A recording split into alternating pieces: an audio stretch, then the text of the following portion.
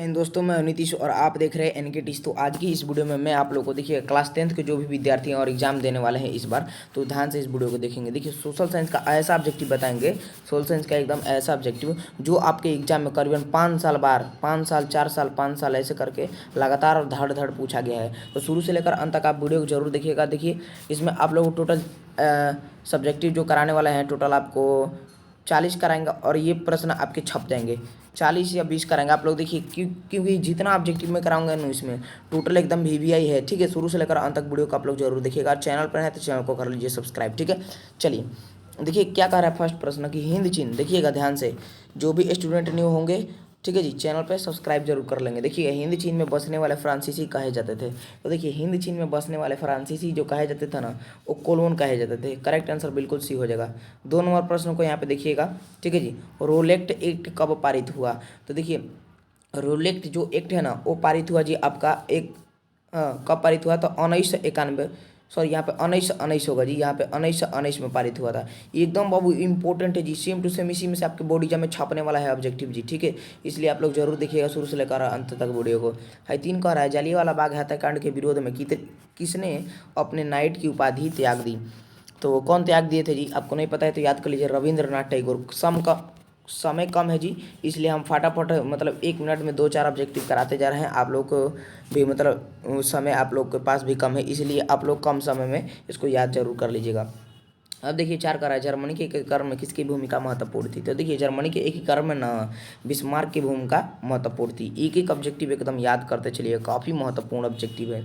आर्य समाज की स्थापना किसने की थी? तो आर्य समाज की जो स्थापना की था ना, वो स्वामी दयानंद सरस्वती किए थे। करेक्ट आंसर बिल्कुल इसका सही हो जाएगा जी। ठीक है, लीजिए छठा प्रश्न कह रहा है कि पूर्ण स्वराज की मांग का प्रस्ताव कांग्रेस के किस वार्षिक अधिवेशक में पारित हुआ है? तो आपको पता है कि 1929 लाहौर में पारित हुआ जी। राइट आंसर बिल्कुल इसका ए हो जाएगा जी। ठीक है, सब प्रश्न एकदम छपने वाला है आपके बॉडी एग्जाम में, काफ़ी इंपॉर्टेंट आपको ऑब्जेक्टिव बता रहे हैं। देखिए 7 कह रहा है कि भारत में सूती वस्त्र की प्रथम मिल खोली गई। तो देखिए भारत में सूती वस्त्र की प्रथम मिल खोली गई थी, आपको पता है मुंबई में खोली गई थी जी, मुंबई में। ठीक है जी, याद रखिएगा, बी इसका करेक्ट आंसर होगा। है लीजिए 8 नंबर क्या कह रहा है, देखिए तो एकदम कह रहा है अखिल भारतीय ट्रेड यूनियन कांग्रेस के प्रथम अध्यक्ष कौन थे? तो आपको पता है कौन थे जी? वो थे लाला लाजपत राय थे जी, लाला लाजपत राय। जो करेक्ट आंसर होगा बिल्कुल बी हो जाएगा जी। चलिए दोस्तों यहाँ पे देखेंगे 9 नंबर का रहा है हिंद चीनी क्षेत्र में अंतिम युद्ध की समाप्ति के समय अमेरिका राष्ट्रपति कौन थे? तो आपको पता है कौन थे जी? वो थे निक्सन थे, निक्सन। इतना ज़्यादा इजी है ना, सब एकदम हम जितना बता रहा हूँ ना, सब एकदम आप लोग ओनली क्या कीजिए, याद कर लीजिए कैसे भी करके। एकदम इंपॉर्टेंट है, पूरा याद कर लीजिए मेरे प्यारे स्टूडेंट। ठीक है जी, हाई लीजिए एकदम छपेगा तो छपेगा। ये देखिए कह रहा है 10 नंबर, विक्टर इमैनुअल ने किसे प्रधानमंत्री नियुक्त किया? तो विक्टर इमैनुअल ने किसे प्रधानमंत्री नियुक्त किया? आपको पता है? नहीं पता है, याद कर लीजिए, काउंट काबूर को। ठीक है, काउंट काबूर को। राइट आंसर बिल्कुल इसका सी हो जाएगा जी। ठीक है, चलिए 11 नंबर देखिएगा, रक्त और लौ की नीति का अवलंबन किसने किया? तो देखिए रक्त और लौ की नीति का अवलंबन गेरीबाल्डी किए थे। करेक्ट आंसर बिल्कुल इसका सी हो जाएगा। कौन किए थे मेरे प्यारे? गेरीबाल्डी। ठीक है जी, 12 नंबर को पढ़िए, कह रहे हैं नई आर्थिक नीति कब लागू हुई? तो जो नई आर्थिक नीति है ना, ये लागू हुई थी जी आपके 1912 में। कब? 1912 में जी। ठीक है, करेक्ट आंसर जो होगा बिल्कुल इसका सी हो जाएगा। चलिए हाई 13 नंबर पढ़िए, कह रहा है इंडिया स्टैट्यूटरी कमीशन का अन्य नाम क्या है? तो इसका अन्य नाम क्या है जी? तो इसका जो अन्य नाम है वो साइमन कमीशन है। ठीक है, साइमन कमीशन। जो करेक्ट आंसर होगा बिल्कुल हमारा बी हो जाएगा जी। ठीक है, 14 नंबर देखिए, इसका तो आंसर सबको जानता होंगे कि महात्मा गांधी ने किस समाचार पत्र का संपादन किया? ये तो सबको ही मुंह जुबानी जानता है, यंग इंडिया का किए थे जी। राइट आंसर बिल्कुल भी। देखते ही प्रश्न को हम लोग उस पर मतलब वार कर दें, जैसे कि दुश्मन को देखें, हाँ दुश्मन आ रहा है तो उसको देखते ही वार कर दे, वैसे ही प्रश्न को देखते ही वार कर दीजिए। जैसे क्वेश्चन पूछ रहा है मुंह तोड़ जवाब दे देंगे फटाक से, क्योंकि हमको सब याद है ना जी। तो यहाँ पे जितना बता रहे हैं एकदम याद करने की कोशिश कीजिएगा, जाकर छाप देना है। गुटेनबर्ग ने सर्वप्रथम किस पुस्तक की छपाई की? तो देखिए जो गुटेनबर्ग है ना, वो सर्वप्रथम किस पुस्तक की छपाई किए थे? तो बाइबिल पुस्तक की छपाई किए थे। करेक्ट आंसर बिल्कुल इसका सही हो जाएगा। चलिए 16 कह रहा है अशोक का अभिलेख किस लिपि में? तो देखिए अशोक का जो अभिलेख है ना, वो है ब्राह्मी लिपि में जी। याद रखिएगा, ब्राह्मी लिपि में कई बार पूछा गया है। 16 नंबर 5 साल बार धड़ धड़ पूछा गया है प्रश्न, इसलिए इसको कैसे भी करके याद कर लीजिए। अशोक का अभिलेख किस लिपि में है जी? तो ब्राह्मी लिपि में है। ठीक है जी, हाल लीजिए क्या कह रहा है, कह रहा है 17 नंबर की बंगाल विभाजन कब वापस किया गया था?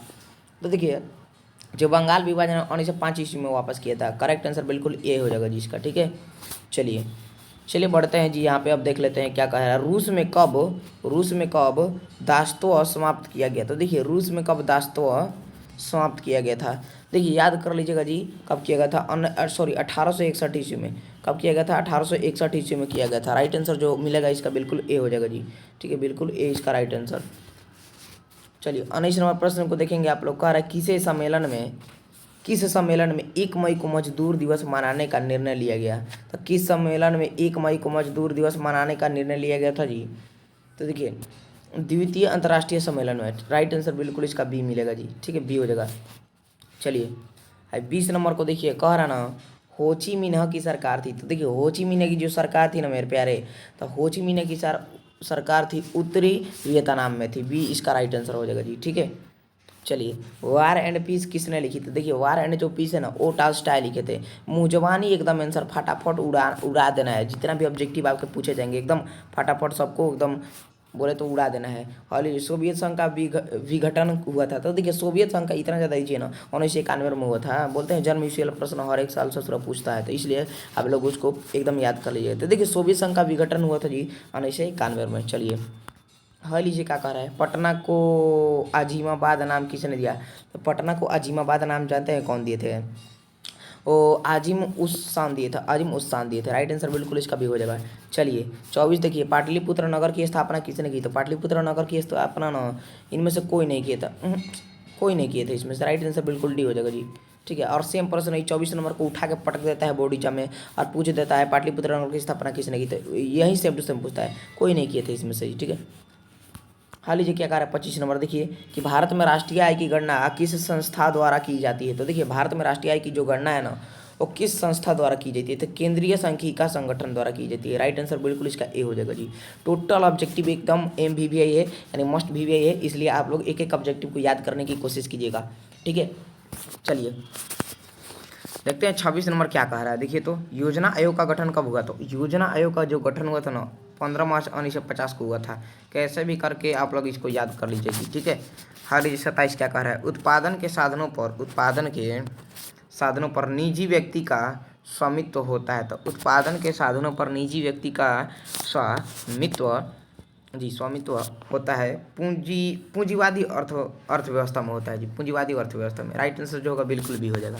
ठीक है, चलिए अगला प्रश्न की ओर बढ़ते हैं। 28 नंबर और देखते हैं क्या कहना चाहता है। कह रहा है गैस और बिजली उत्पादन किस क्षेत्र का अंग है? तो देखिए गैस और बिजली उत्पादन किस क्षेत्र का अंग है जी? तो ये जानते हैं किस क्षेत्र का अंग है? ई है जी, द्वितीय क्षेत्र का अंग है। राइट आंसर जो मिलेगा बिल्कुल बी मिलेगा जी इसका। ठीक है, चलिए 29 देखिए, बांग्लादेश की मुद्रा क्या है जी? तो सब कोई जानते हैं कि बांग्लादेश की मुद्रा जो है वो टका है ना जी। टका है बांग्लादेश की मुद्रा, टका। यानी बांग्लादेश की जो अभी भारत में मुद्रा क्या है जी? हमारा पैसा है, रुपया है। ठीक है, तो वहीं बांग्लादेश की मुद्रा जो है टका है। ठीक है, राइट आंसर जो होगा इसका बिल्कुल बी हो जाएगा। ठीक है, चलिए 30 नंबर देखेंगे, कह रहा है यूनुस का संबंध किस देश से है? यूनुस का संबंध किस देश से है? तो देखिए ई है बांग्लादेश से है। राइट आंसर बिल्कुल इसका सी हो जाएगा जी। ठीक है, एक एक ऑब्जेक्टिव को प्रयास कीजिएगा आप याद करने की। कम समय में देखिए हम आप लोग को कितना ऑब्जेक्टिव करा रहे हैं। ठीक है जी, और आपके जितने भी फ्रेंड हैं उनमें इस वीडियो को शेयर जरूर कर दिए कि कम समय में इस ऑब्जेक्टिव को भी याद कर सके। प्राथमिक कृषि साख समिति कृषकों को किस प्रकार का ऋण प्रदान करती है? तो जानते हैं किस प्रकार की ऋण प्रदान करती है? अल्पकालीन ऋण प्रदान करती है। अल्पकालीन जो करेक्ट आंसर इसका जो करेक्ट आंसर मिलेगा जी वो मिलेगा बिल्कुल ए मिलेगा जी हमारा, अल्पकालीन। ठीक है, हाँ लीजिए 32 को देखिएगा, जवाहर रोजगार योजना किस वर्ष प्रारंभ हुई? तो जवाहर रोजगार योजना किस वर्ष प्रारंभ हुई थी? देखिए याद कर लीजिएगा 1989 ईस्वी में प्रारंभ हुई थी। राइट आंसर बिल्कुल इसका सी हो जाएगा 1989। ठीक है जी, चलिए हाँ लीजिए 33 नंबर क्या कह रहा है। कह रहा है ना मनरेगा में 1 वर्ष में कितने दिन का रोजगार देने की गारंटी दी जाती है? काफ़ी स्टूडेंट देखिए इस वीडियो को आप लोग लाइक जरूर कीजिएगा, क्योंकि ये ऑब्जेक्टिव कोई नहीं बताता। इतना ज़्यादा मोस्ट इंपॉर्टेंट ऑब्जेक्टिव बता रहे हैं जो एकदम एग्जाम में आपके छपने वाला है। इसी में से अक्सर मतलब बोले तो ऑब्जेक्टिव पूछे जाएंगे आपको बोर्ड एग्जाम में। ठीक है, तो इसलिए आप लोग वीडियो को लाइक नहीं किए तो लाइक कर लीजिएगा, और जो नए होंगे चैनल पर तो चैनल को सब्सक्राइब कर लीजिएगा। ठीक है, और टेंशन मत लीजिए, हम आपके साथ हैं, फुल सपोर्ट करेंगे। आप लोग बस ओनली अपने से मेहनत कीजिए। ठीक है, मनरेगा में एक वर्ष में कितने दिन का रोजगार देने की गारंटी दी जाती है? तो पता है कितने दिन की? 100 दिन की रोजगार देने की एकदम गारंटी दी जाती है जी। ठीक है, D is the right answer.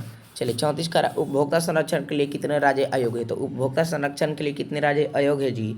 तो ये है जी आपके 582। राइट आंसर बिल्कुल इसका ए हो जाएगा जी, 582 है। ठीक है, और लीजिए 35 का कह रहा है महालनोबिस की अध्यक्षता किस समिति का गठन किया गया? तो महालनोबिस की अध्यक्षता किस समिति का गठन किया गई?